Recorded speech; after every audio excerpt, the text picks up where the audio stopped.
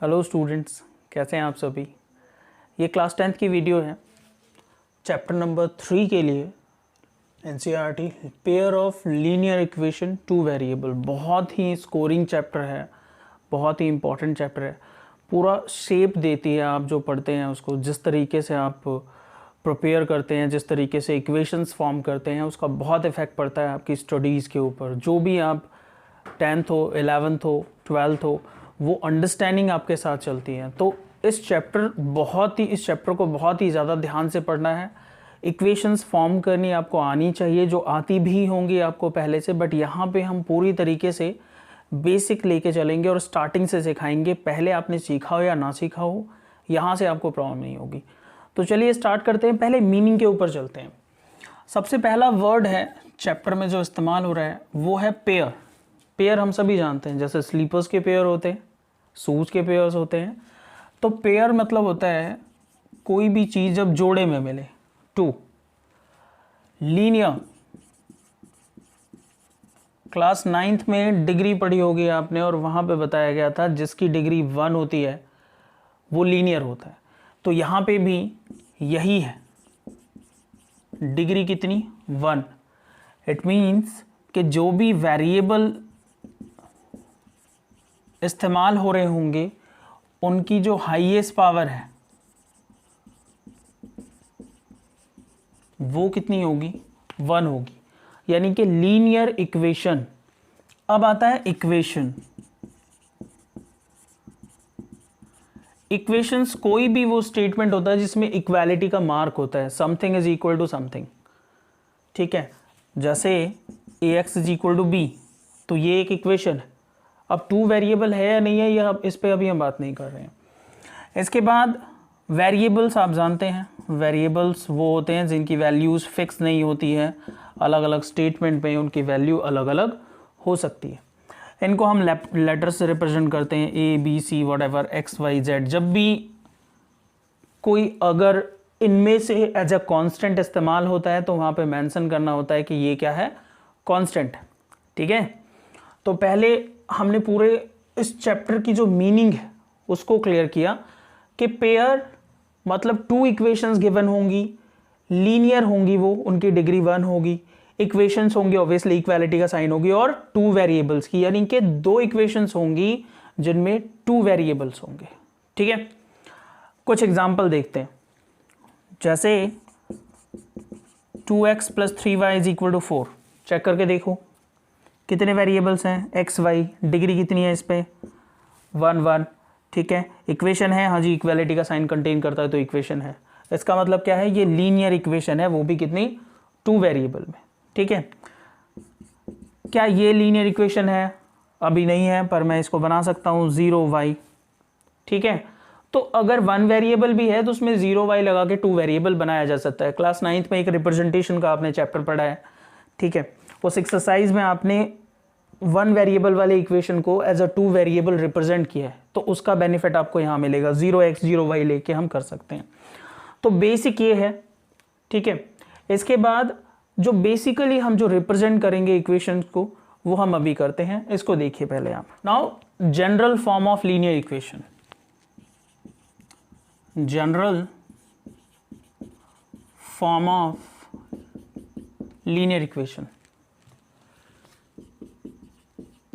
NOV, it means 1 variable. ठीक है, general form. तो जनरल फॉर्म अगर हम देखें तो ax + by + c = 0, it is a general form of linear equation. Restrictions है यहाँ पे कुछ, where a, b and c are any real number। Real वो सारे नंबर हैं जितने आप पढ़ते हैं, decimal, fraction, rational, irrational, whatever जो भी हो वो सारा यहाँ पे आ सकता है। A, B and C are any real number. And कुछ और रिस्ट्रिक्शंस हैं, A and B together can not be equal to 0।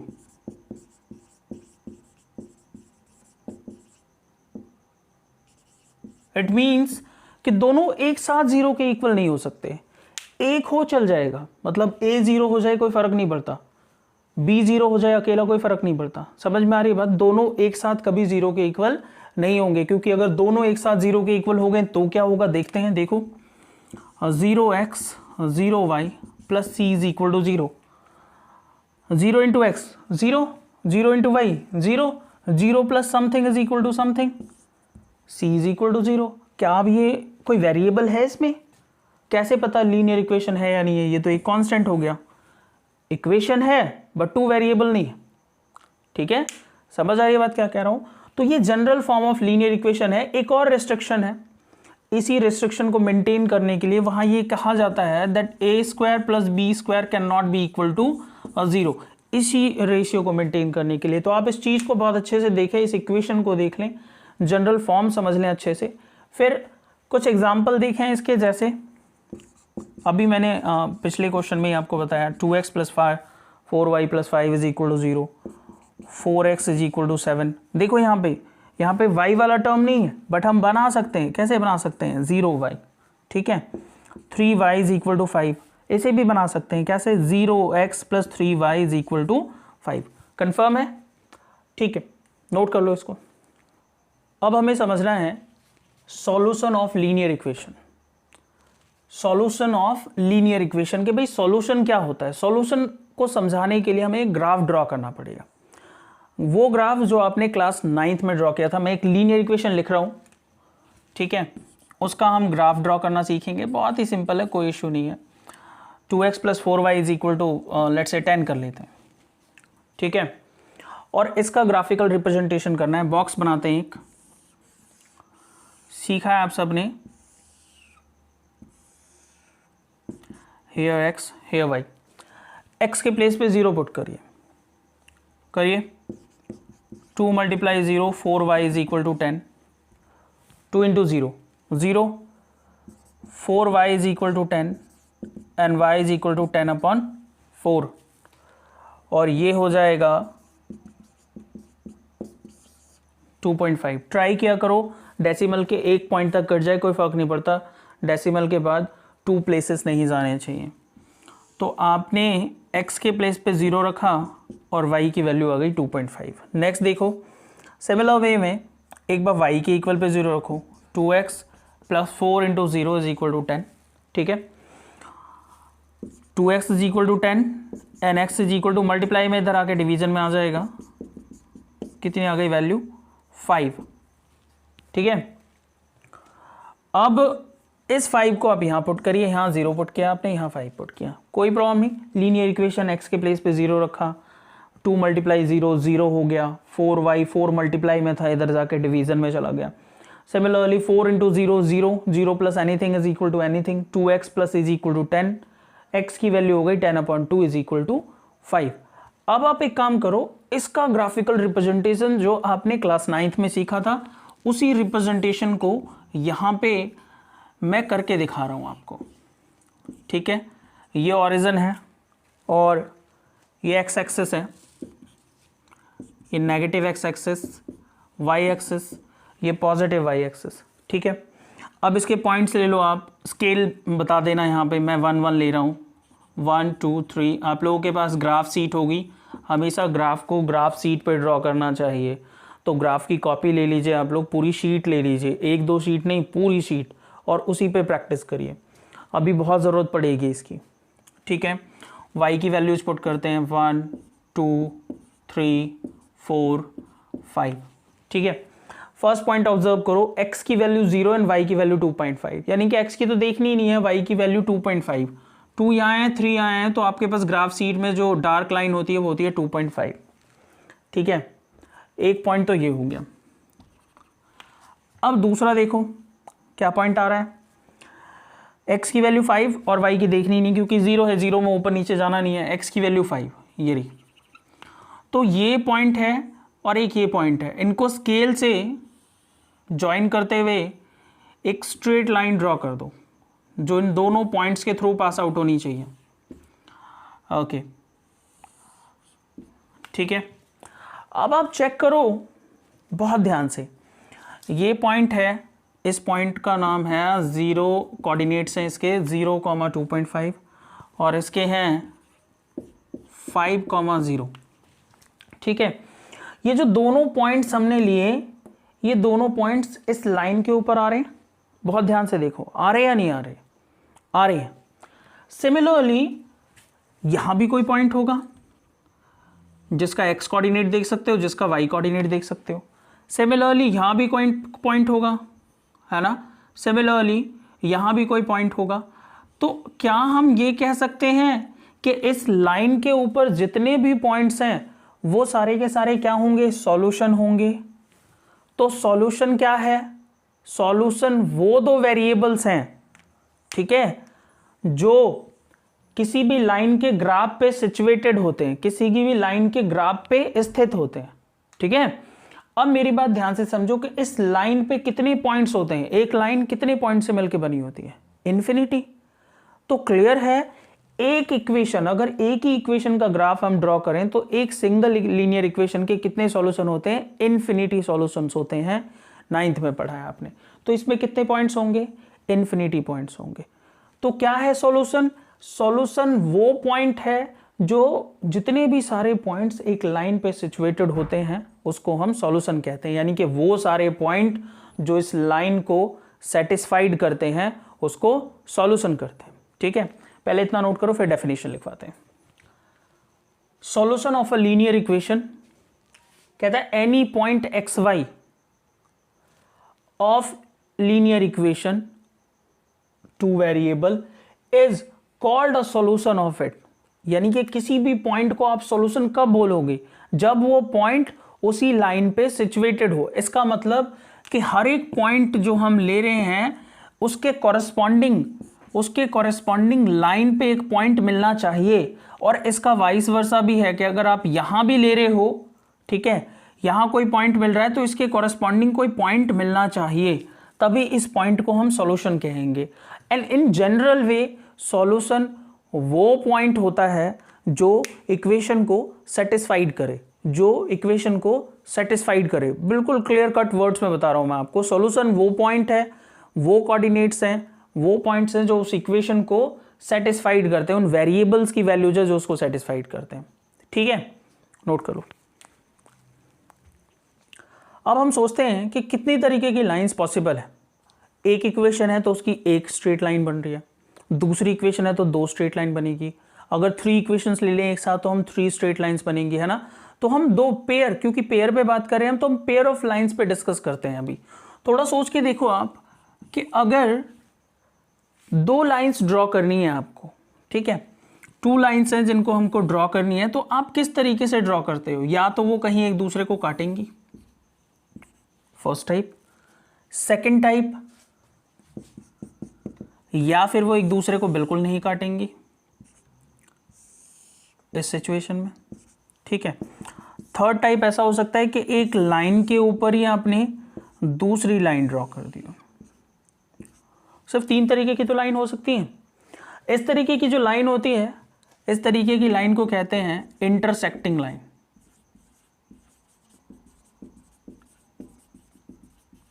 ठीक है, और जिस पॉइंट पे इंटरसेक्टिंग का मतलब क्या होता है? काटने वाली लाइन, इंटरसेक्ट करने वाली लाइन। ठीक है, और जिस पॉइंट पे ये इंटरसेक्ट करके जा रही है, समझ रहे हो क्या कह रहा हूं? इस पॉइंट को कहते हैं point of intersection, point of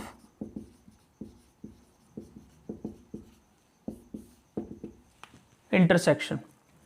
ठीक है, समझ आ रहा है? अच्छा, अब यहां आ जाते हैं। ये दोनों लाइन एक दूसरे को कभी नहीं कट करेंगे। माना यह जाता है कि ये इन्फिनिटी पे कट करती हैं, इन्फिनिटी पे मिलती है, पर इन्फिनिटी किसी ने देखा नहीं है, इसलिए कोई प्रूफ नहीं है। अब यहां क्या है कि ये दोनों लाइंस एक दूसरे से पैरेलल, तभी तो नहीं काटेंगी। 9th में इक्विवेलेंट ज्योमेट्री में आपने क्या पढ़ा है कि अगर ये लाइन थोड़ी भी बेंड हो रही हो किसी तरफ, तो ऑब्वियसली जब इसको आप पीछे बढ़ाओगे तो ये कहीं ना कहीं काटेगी। सीखा होगा ना आपने। तो क्योंकि बैंड नहीं हो रही है, पैरेलल चल रही है, तो इट मीन्स ये कहीं नहीं कट करेंगे। दैट्स वाई इस तरीके की जो लाइंस होती हैं उसको बोलते हैं हम पैरेलल लाइंस। क्या कोई इंटरसेक्टिंग पॉइंट मिलता है? कोई इंटरसेक्टिंग पॉइंट नहीं, तो लिखेंगे नो इंटरसेक्टिंग पॉइंट्स। ठीक है। थर्ड टाइप की जो लाइन है वो एक दूसरे के ऊपर है ना, तो इस तरीके की जो लाइन होती है उसको बोलते हैं कोइंसिडेंट लाइंस, यानी कि ये बिल्कुल एक दूसरे के ऊपर, और एक लाइन पे L2 पे कितने पॉइंट्स हैं, देखो कितने पॉइंट्स हैं, इन्फिनिटी पॉइंट्स हैं। L1 पे कितने पॉइंट्स हैं, इनफाइनाइट पॉइंट्स हैं, दोनों पे इनफाइनाइट पॉइंट्स है ना, तो इट मींस कि इसके इनफाइनाइट पॉइंट्स कॉमन होंगे। भाई यहां L1 का भी कोई पॉइंट होगा, लाइन L1 पे कोई कॉरस्पॉन्डिंग पॉइंट होगा या नहीं होगा, एक्स वाई, और सिमिलर पॉइंट किस पे है, L2 पे भी है। तो क्या हम क्लियरली कह सकते हैं कि इस पे इनफाइनाइट पॉइंट्स होंगे जो कि दोनों में कॉमन होंगे। ठीक है, तो दैट्स वाई कितने पॉइंट्स मिलेंगे यहां पे, इनफाइनाइट कॉमन पॉइंट्स। ठीक है, नोट कर लो इसको। अब जो हमने सारी लाइंस पढ़ी हैं उनका क्या इस्तेमाल है वो भी देखते हैं। लेट्स टेक इट कुछ equations, x minus 3y is equal to 6, एक इक्वेशन ये है, and 2x plus 3y is equal to कोई ऐसी वैल्यू ले लो, ठीक है 12 ले लेते हैं। ठीक है, ये दो इक्वेशंस है और दोनों के ग्राफ ड्रॉ करेंगे हम क्लास 9th के मेथड से, क्लास 10th का कुछ नहीं है, क्लास 9th के मेथड से ही ड्रॉ करेंगे। पहले हम इसे लेते हैं फर्स्ट इक्वेशन को, x minus 3y is equal to 6, box बना लो, एक्स वाई है ना, putting x is equal to 0, 2 points तो कंपलसरी होता है भाई, जिसमें भी कांस्टेंट होता है उसमें 2 पॉइंट तो कंपलसरी आप रख सकते हो।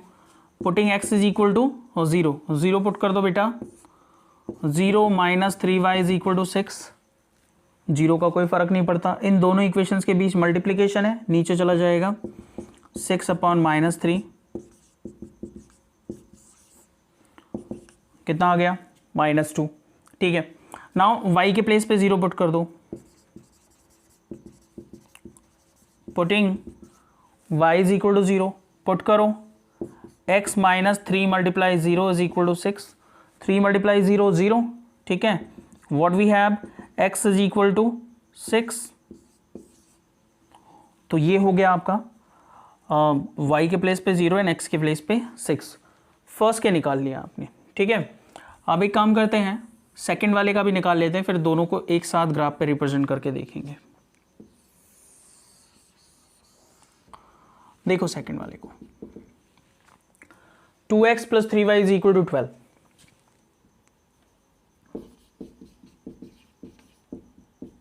लिख देना from second equation.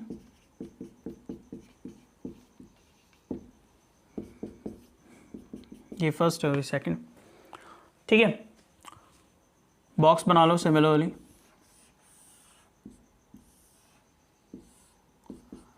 X y, now put x is equal to 0 by putting x is equal to 0, put करो बेटा 2, और यहां कोई साइन नहीं है, इट मीन्स क्या, एक वेरिएबल और एक कांस्टेंट के बीच अगर कोई साइन ना हो तो मल्टीप्लिकेशन होती है, तो मल्टीप्लाई लगा दो, 2 multiply x plus 0, 3y is equal to 12, 2 multiply 0 0, 0 का मल्टीपल कुछ भी हो, एडिशन कुछ भी हो, वही नंबर आता है, 3y इज इक्वल टू 12। ये छोटी बातें हैं जो आप छोटी क्लासेस में सीख चुके हैं, पर फिर भी बता दे रहा हूं आपको, y के साथ 3 मल्टीप्लाई में क्या हो जाएगा, डिवीजन में y is equal to 4, what we have 0 4। Now same वही process, putting y is equal to 0,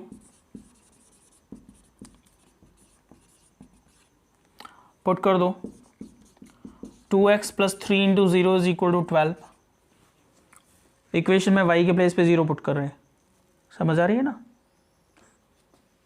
रखो 2x is equal to 12, multiply में डिवीजन में पहुंच जाएगा, x इज इक्वल टू 12/2 कितना हो गया 6। तो एक ये पॉइंट ले लो 0 6। क्लियर है। अब आप एक काम करो कि इसको ग्राफ पे प्लॉट करो, ठीक है। किधर बना लें, इधर बना लेते हैं। चलो यहां पुट करते हैं।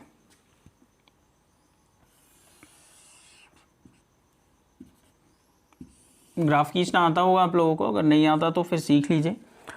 पहले कोऑर्डिनेट एक्सेस बनाइए जिसे प्लेन बोलते हैं। ये x और ये x डैश, ये y और ये y dash, negative positive. Scale दे दीजिए, क्योंकि मुझे 6 तक जाना है तो 1 1 का ले लेते हैं, कोई फर्क पड़ता नहीं है। तो 1 1 का ले लेते हैं। आपके पास ग्राफ शीट होगी, आप अच्छे से करना, यूज पेंसिल फॉर इट। इधर नेगेटिव वैल्यूज -1 -2 -3 -4 -5 एंड सिमिलरली -6। ऊपर भी सेम स्केल दे रहे हैं हम इसे, 1 2 3 4 5 6। नीचे भी सेम स्केल, -1 -2 -3 -4 -5 एंड -6। पहले वाले पॉइंट को प्लॉट करते हैं। 0 की है, x की वैल्यू 0 है तो 0 आपको देखनी नहीं है। y की वैल्यू -2, y एक्सिस ये है, -2 ये है। 0 क्यों नहीं देखना, क्योंकि x की वैल्यू 0 है। तो 0 ना तो लेफ्ट मूव करना है और राइट मूव करना। भाई राइट मूव करते हो तो x की पहले पॉजिटिव वैल्यू आती है, लेफ्ट मूव करते हो तो x की नेगेटिव वैल्यू आती है। तो आपको ना पॉजिटिव चाहिए ना नेगेटिव चाहिए, तो आप एक्सिस पे ही तो रहोगे। तो एक तो ये पॉइंट हो गया, ठीक है। दूसरा पॉइंट, y की वैल्यू 0 है और x की वैल्यू 6 है। ना तो ऊपर जाना ना नीचे जाना है, x एक्सिस पे रहना है। और कहाँ पे रहना है, 6 पे। 6 पे आ जाओ, ये रहा, ठीक है। ज्वाइन कर दो इसको। ध्यान रखना भाई, स्केल से करना, ठीक है। मेरी तरह नहीं कि बस मिलाना ही है, स्केल से जहाँ भी लाइन जाए वहीं ड्रॉ करना, ठीक है। अब सेकंड वाले को प्लॉट करते हैं। ये पहली लाइन हो गई तो हम इस पे मेंशन कर देते हैं फर्स्ट वाली equation, x - 3y = 6, x - 3y = 6। दूसरी लेते हैं, 2x + 3y = 12। इसके कोऑर्डिनेट क्या क्या है बेटा, 0 4, x की वैल्यू 0, y की वैल्यू 4 ऊपर आएगी, ठीक है।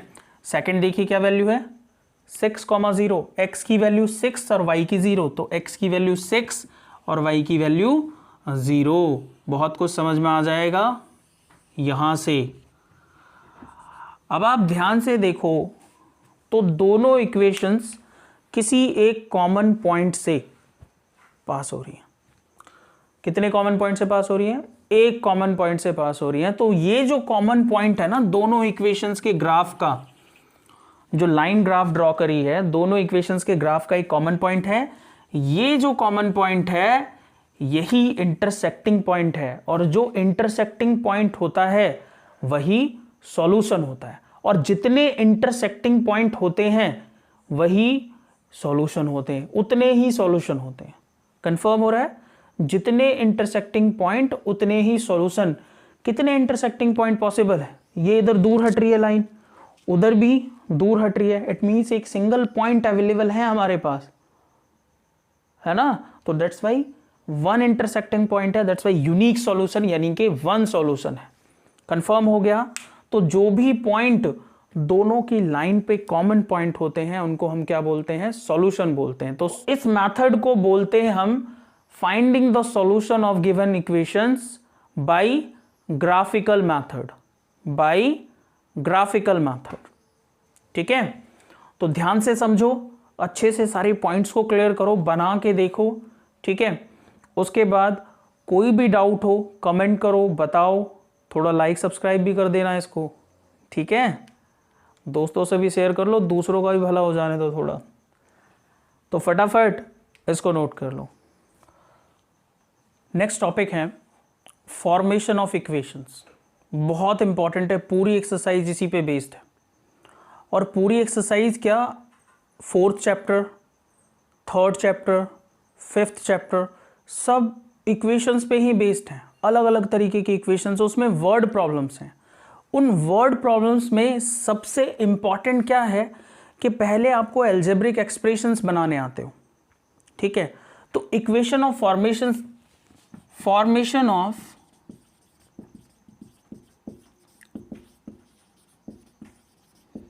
इक्वेशंस के लिए आपको अलजेब्रा की नॉलेज होनी ज़रूरी है। अब जाके वापस अलजेब्रा तो पढ़ोगे नहीं, तो यही सीख लो, ठीक है। देखो, अगर मैं कहता हूं 2 टाइम्स ऑफ अ नंबर और ये नंबर इमेजिनरी नंबर बताया मैंने आपको? नहीं बताया ना, तो वेरिएबल लेट कर लो। लेट से कि ये वेरिएबल क्या है? x है। t भी ले सकते हो भाई, p भी ले सकते हो, q भी ले सकते हो, कोई भी वेरिएबल ले सकते हो।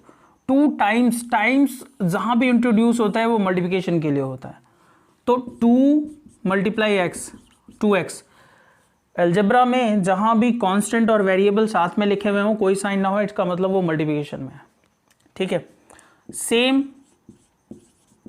2 added to a number, obviously आप भी जानते हैं 2 ऐड करना एक नंबर में, नंबर लेट कर लिया आपने x, तो x plus 2 subtracted from a number x minus 2, ठीक है। Half of 2 numbers, half of 2 numbers divided by product of them, divided by product of them. क्या दिख रहा है आपको? वर्ड्स। क्वेश्चन को रीड करना, जितनी केयरफुली रीड करोगे उतना ही ज़्यादा आसान होगा आपके लिए ये इक्वेशंस बनाने।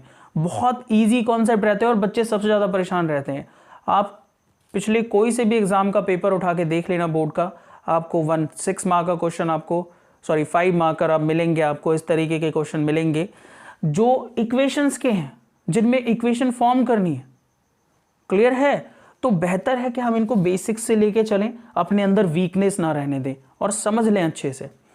जैसे अगर मैं कहता हूं कि a number is 5 less than other number, ध्यान से सुनिए। एक नंबर है x, एक y, कौन सा ग्रेटर है मुझे नहीं पता, आप अपने आप ग्रेटर मान लो किसी को भी, ठीक है। मैंने क्या कहा? एक नंबर दूसरे से 5 लेस है, तो लेस और मोर का कंपैरिजन क्या होता है? मोर वाले में से लेस को सब्ट्रैक्ट कर दो। लेट्स से कि ये ग्रेटर है, ये स्मॉलर है, तो मोर वाले में से लेस वाले को सब्ट्रैक्ट कर दो और जितना ग्रेटर है जितना स्मॉलर है वो आ गया, x minus y is equal to 2, ठीक है।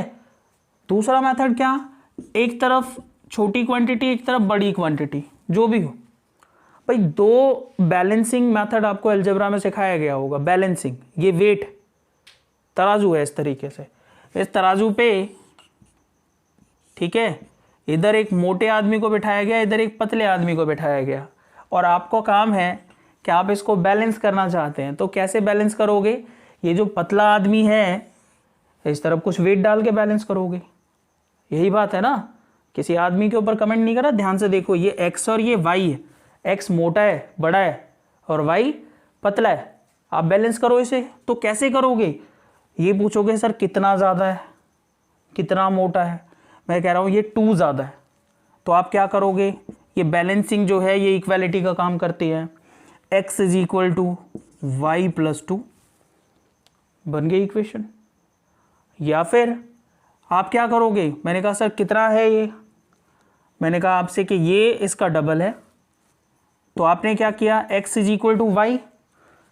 अब ये तो ऑलरेडी डबल है, पतला कौन सा है इसमें से? ये। तो मल्टीप्लाई छोटे वाले में करोगे या बड़े वाले में करोगे? भाई 2 चीज़ों को इक्वल करना हो और मल्टीप्लाई करके इक्वल करनी, तो मल्टीप्लाई छोटी क्वांटिटी में, बड़ी क्वांटिटी में? ऑब्वियसली छोटी में।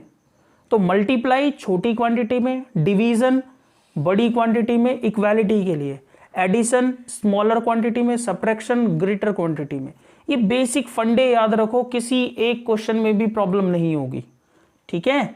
तो ये 2 टाइम्स था, तो इसमें क्या कर दिया? x is equal to 2y। Formation of equations पे काम करेंगे, ग्राफिकल एक्सरसाइज कराएंगे, 3 वर्ड प्रॉब्लम है, तीनों वर्ड प्रॉब्लम को बना के दिखाऊंगा किस तरीके से बनाते हैं, ठीक है। तैयार रखो। ये इंट्रोडक्शन था पूरा ग्राफिकल मेथड का। सॉल्यूशन क्या होता है? Solution of a point, 2 equations के जो कॉमन पॉइंट होते हैं वो सॉल्यूशन होते हैं, ठीक है। डेफिनेशंस को लिख के अच्छे से तैयार कर लो, फिर हम नेक्स्ट वीडियो में एक्सरसाइज स्टार्ट करेंगे। ओके, लाइक शेयर कर दो भाई, अच्छा लग रहा हो तो सब्सक्राइब जरूर कर लो, खुद भी करो और औरों से भी करवाओ। Thank you so much.